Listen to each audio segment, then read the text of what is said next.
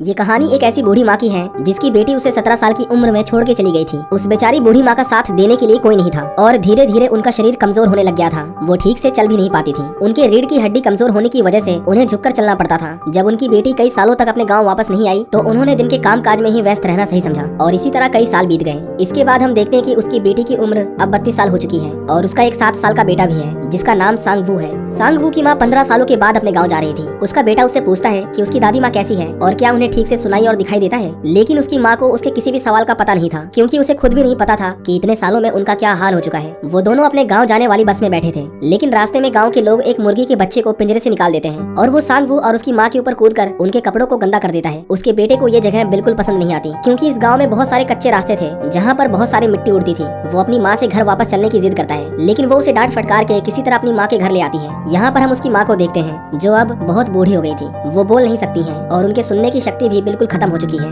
उनकी बेटी उनसे माफी मांगती है क्योंकि इतने सालों में वो कभी उनसे मिलने नहीं आई। वो उन्हें बताती है कि उसके पति ने उसे तलाक दे दिया, जिसके बाद पैसों की कमी के चलते उसे अपनी दुकान को बंद करना पड़ा और अब उसके पास पैसे कमाने का कोई जरिया नहीं है। वो उन्हें बताती है कि शहर में नौकरी पाना बहुत मुश्किल हो गया है और अब वो इतने ज्यादा कर्जे में अपने बेटे का पालन पोषण नहीं कर सकती। इसीलिए वो कुछ दिनों के लिए सांगवू को उन्हीं के पास छोड़कर जाना चाहती है और जब शहर में सब कुछ ठीक हो जाएगा वो उसे वापस ले जाएगी। उसकी बूढ़ी माँ बस उसे सुने जा रही थी, लेकिन उन्हें समझ आ जाता है कि वो क्या कहना चाहती है। सांगवू की माँ उन्हें कहती है कि अब उन्हें शहर जाना होगा, लेकिन दादी उसे इशारे करके कहती है कि वो थोड़ी देर आराम कर ले, पर उसकी बेटी उन्हें कहती है कि वो यहाँ पर और नहीं रह सकती और शाम की बस से वो वापस शहर के लिए रवाना हो जाती है। सांगवू जो एक शहर में रहने वाला लड़का था, उसे गाँव का रहन सहन बिल्कुल पसंद नहीं आता। उसकी माँ उसके लिए कुछ कपड़े और खाने का सामान उसके लिए छोड़ के गई थी जो सिर्फ शहर में मिलता था। सांगवू की दादी उसे अपने साथ चलने के लिए कहती है, लेकिन सांगवू उनसे पहले कभी नहीं मिला था, इसीलिए वो उन्हें दूर रहने के लिए कहता है। वो अपने हाथों को फेर कर कुछ इशारा करती है, पर सांगवू उनकी बातों को समझ नहीं पाता, इसीलिए वो उनके बुढ़ापे का मजाक बनाता है और उन्हें गूंगा और बहरा भी बोलता है, जो अपने आप में काफी असम्मानीय था।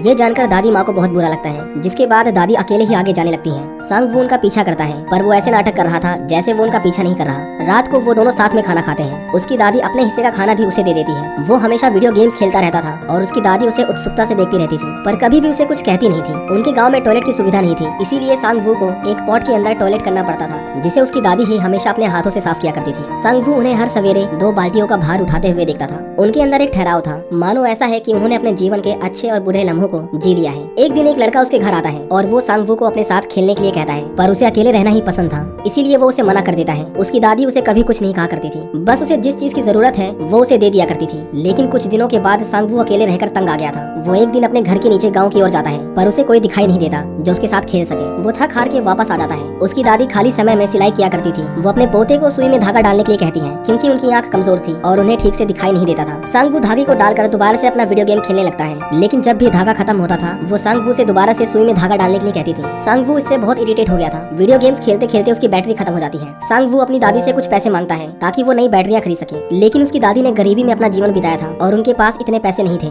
सांगवू उन्हें कहता है कि वो अपनी माँ से कहकर उनके पैसे वापस कर देगा, लेकिन उसकी दादी एक बार फिर से अपने हाथों को फेर कर फिर से वही इशारा करती है। सांगवू को उनके ऊपर गुस्सा आता है और वो उन्हें कहता है कि वो किसी काम के नहीं और उन्हें धक्का देकर वहाँ से भाग जाता है। पैसे न मिलने पर मानो जैसे वो अपनी दादी को अपना दुश्मन मानने लगता है। वो उनकी चप्पलों को छिपा देता है, जिसकी वजह से उन्हें हर रोज नंगे पैर ऊंची चढ़ाई करनी पड़ती थी। वो बहुत मेहनत से उसके टॉयलेट पॉट को धोकर लाती है, जिसे वो लात मारकर तोड़ देता है। सांगवू को किसी भी तरह बैटरीज चाहिए थी। वो अपनी दादी के सिर में लगे हेयर पिन को निकालकर मार्केट की ओर जाता है ताकि वो उसे बेचकर बैटरीज खरीद सके। वो एक आदमी से बैटरीज की दुकान का रास्ता पूछता है। जब वो दुकान पहुंचता है तो दुकान वाला उसे कुछ बैटरियां दिखाता है, लेकिन उनमें से कोई भी उसके वीडियो गेम में नहीं लग पाती क्योंकि उसमें सिर्फ मर्क्यूरी सेल्स लगते थे जो आकार में गोल होते हैं। वो दुकान वाला उसे दूसरी दुकान के बारे में बताता है, लेकिन वहाँ भी वो बैटरीज नहीं थी। सांगवू सोचता है कि उसे बैटरीज नहीं मिली तो क्यों ना वो उस हेयर पिन को बेचकर बर्गर या नूडल्स खा ले, क्योंकि वो उसे अपनी दादी को वापस नहीं करने वाला था। लेकिन किराने वाला उस हेयर पिन को लेने से मना कर देता है क्योंकि उसकी बाजार में कोई कीमत नहीं थी। सांगवू इसके बाद निराश होकर अपने घर वापस आने लगता है, लेकिन वो गाँव से इतना दूर आ गया था कि उसे वापस जाने का रास्ता समझ नहीं आता। वो रास्ता भटक गया था और वो जोर जोर से रोने लगता है, लेकिन तभी एक आदमी उसे रोते हुए देखता है जो उसी के गांव के पास रहता था। वो सांगवू को अपनी साइकिल पर बिठाकर उसके गांव तक छोड़ आता है। सांगवू रास्ते में ही खड़ा था कि तभी वो देखता है कि उसकी दादी उसका इंतजार कर रही थी। वो उसे देखते ही आगे जाने लगती हैं। सांगवू उनसे पूछता है कि वो कहाँ जा रही हैं और ये सुनते ही वो वापस अपने घर जाने लगती हैं। सांगवू भी उनके साथ साथ चलने लगता है। अगले दिन उसकी दादी उसके कपड़े धोकर सुखाने के लिए धूप में फैला देती है, लेकिन तभी बारिश आ जाती है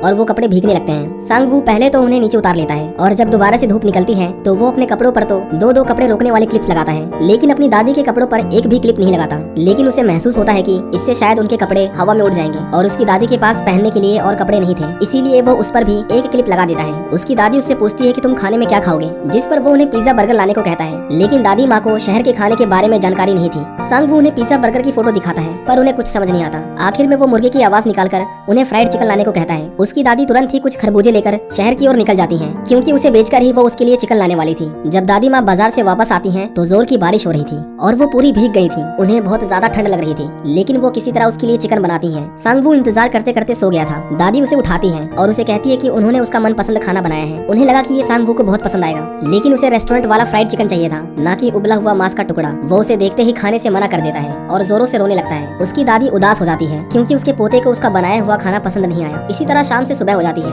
सांग वू को बहुत भूख लगी थी। वो अपनी दादी के बनाए हुए चिकन को चाव से खाने लगता है। वो देखता है कि उसकी दादी लेटी हुई है। दरअसल उन्होंने भी कल रात को खाना नहीं खाया था। जब वो उनके पास आता है तो उन्हें बहुत तेज बुखार हो गया था, क्योंकि बाजार से वापस आते वक्त वो बारिश में भीग गई थी। वो उनके सिर पर एक पट्टी रखता है ताकि उनका बुखार जल्दी से उतर जाए और उन्हें कल रात का खाना गर्म करके देता है। वो देखता है कि उसकी दादी ने अपने सिर में उस हेयर पिन की जगह एक चम्मच को मोड़कर अपने बालों में लगा लिया था। ये देखकर सांग वू उनकी हेयर पिन वापस कर देता है। इसके बाद वो गाँव के नीचे एक मैदान में आता है, जहाँ पर एक लड़की खाने के पैकेट्स को इकट्ठा करके घर घर वाला खेल खेल रही थी। वो उस लड़की को पसंद करने लगता है। अगले दिन वो और उसकी दादी बाजार जाते हैं, क्योंकि दादी अपने घर में बनाए हुए खरबूजों को बाजार में बेचकर थोड़े पैसे कमाया करती थी। उस दिन वो काफी देर तक बाजार जाने वाली बस का इंतजार करते हैं, लेकिन वो बस नहीं आती और उन्हें पैदल ही वहाँ तक जाना पड़ता है। उसकी दादी बाजार में खरबूजों को बेचने लगती है। सांग वू दीवार के पीछे खड़ा उन्हें देख रहा था और ये अपने आप में दिल को छू लेने वाला दृश्य था। उसकी दादी सारे खरबूजों को नहीं बेच पाती, लेकिन उन्होंने कुछ पैसे बटोर लिए थे। वो सांग वू को नए जूते दिलवाती हैं और एक अच्छे होटल में उसका मनपसंद खाना भी खिलवाती हैं, लेकिन वो खुद पैसे बचाने के लिए सिर्फ पानी पी रही थी। वहाँ पर सांग वू एक दुकान देखता है जहाँ पर हर तरह की बैटरीज मिलती थी, पर उसे पता था कि सारे पैसे खर्च हो चुके हैं, इसीलिए वो जिद नहीं करता। इसके बाद वो दोनों अपने घर के लिए निकलने लगते हैं। दादी माँ को घर जाने वाली बस नहीं मिल रही थी, लेकिन बस का कंडक्टर उन्हें आवाज लगाता है और सही बस पकड़ने में उनकी मदद करता है। वो दादी माँ को बताता है कि उसकी एक दोस्त के पैरों में बहुत दर्द रहता है, इसीलिए वो एक बार जाकर उनसे मिलाए। दादी अपनी सहेली से मिलने जा रही थी, इसीलिए वो सांग वू से इशारों में पूछती है कि तुम्हें क्या खाना है। वो एक लड़के को चोको पाई खाते हुए देखता है और उसे भी वही खाना था। दादी माँ उस लड़के के फेंके हुए चोको पाई के रैपर को उठा लेती है, क्योंकि उन्हें नहीं पता था कि उन्हें दुकान पर जाकर क्या कहना है। वो अपने दोस्त के पास आती है और उनसे उनकी तबीयत के बारे में पूछती है। वो बूढ़ी औरत अपनी बीमारी से बहुत परेशान रहती थी। दादी माँ उन्हें वो रैपर दिखाती है और वो उनके लिए 6 चोको पाई पैक कर देती है। बदले में दादी उन्हें कुछ पैसे देती है, लेकिन वो औरत पैसे लेने से मना कर देती है, पर बदले में दादी उसे कुछ खरबूजे देती है। वो औरत उन्हें कहती है कि कभी मौका मिले तो वो दोबारा मिलने आ जाए, इससे पहले कि हम दोनों में से कोई पहले मर जाए। ये सुनकर दादी थोड़ा मुस्कुराती है और वहाँ से चली जाती है। वो जब बस में दोबारा आती है तो हम देखते हैं कि सांग वू उसी गाँव की लड़की के साथ बैठा था। वो अपनी दादी से कहता है कि वो अकेले ही जाएगा, इसीलिए वो उनके साथ न आए। उसकी दादी बस के बाहर ही खड़ी थी। वो सांग वू से कहती है कि वो अपने साथ बचे हुए खरबूजे ले जाए, क्योंकि उनका वजन बहुत ज्यादा था, लेकिन सांग वू उसे अपने साथ ले जाने से मना कर देता है। इतनी देर में वो बस चल पड़ती है और दादी माँ पीछे ही रह जाती है। सांग वू उस लड़की के साथ बैठा तो था, लेकिन वो उससे बात नहीं करती, बल्कि वो तो अपने दोस्त से बात कर रही थी। सांग वू अपने घर पहुँच गया था। वो अपनी दादी का इंतजार कर रहा था, लेकिन काफी देर इंतजार करने के बाद भी वो नहीं आती।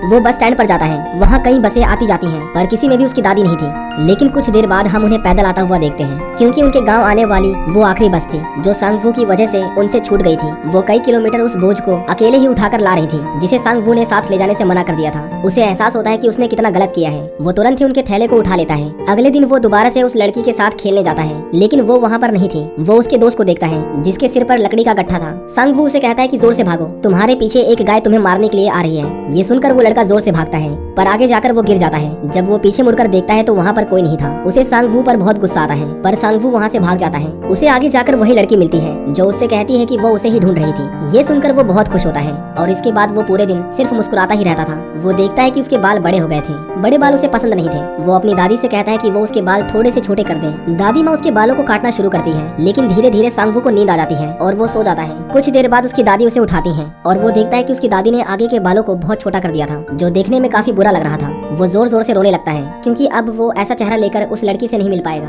वो अपने सिर को कपड़े से छिपाने की कोशिश करता है, लेकिन दादी उसी कपड़े में अपना सामान रखती थी। वो दोनों एक बीमार आदमी के पास आते हैं। ये वही आदमी था जिसने सांग वू के खो जाने पर उसे घर तक पहुंचाया था। वो आदमी कहता है कि अब उसे मर जाना चाहिए, क्योंकि वो सिर्फ अपने आसपास के लोगों को तकलीफ दे रहा है। दादी उन्हें हौसला रखने को कहती है और उन्हें कुछ खाने का सामान देती है और उनकी अच्छी सेहत के लिए प्रार्थना करती है। सांग वू अपने सारे खिलौने इकट्ठा करके बाजार जाता है। उसकी दादी उसके लिफाफे में उसका वीडियो गेम देती है, लेकिन वो उसे लेने से मना कर देता है, क्योंकि उस उसमें बैटरीज नहीं थी, पर फिर भी दादी वो उसके बैग में रख देती है। वो अपने सारे खिलौने बेचकर एक बड़ा सफेद रंग का भालू लाता है। घर आते वक्त जब वो रास्ते में एक ढलान देखता है तो अपनी हाथ गाड़ी से वो फिसल कर नीचे आने की सोचता है, लेकिन ये खेल उसे बहुत भारी पड़ता है। वो गिर जाता है और उसके पैर छिल जाते हैं और उसके पैरों से खून निकलने लगता है। जब वो रास्ते में था तो उसके पीछे एक गाय भागने लगती है, लेकिन वो लड़का उसे बचा लेता है जिसे पिछली बार उसने परेशान किया था। सांग वू को जो वीडियो गेम उसकी दादी ने दिया था, जब वो उसे खोलता है तो उसके अंदर कुछ पैसे थे ताकि वो वीडियो गेम की बैटरी खरीद सके। उसे देखकर सांग वू बिल्कुल रोने जैसा हो जाता है। वो अपने घर जाने लगता है और जब वो अपनी दादी को देखता है जो उसका ही इंतजार कर रही थी, उन्हें देखकर वो अपने आंसुओं को रोक नहीं पाता और उनके पास जाकर रोने लगता है। अब सांग वू भी अपनी दादी को पसंद करने लगा था।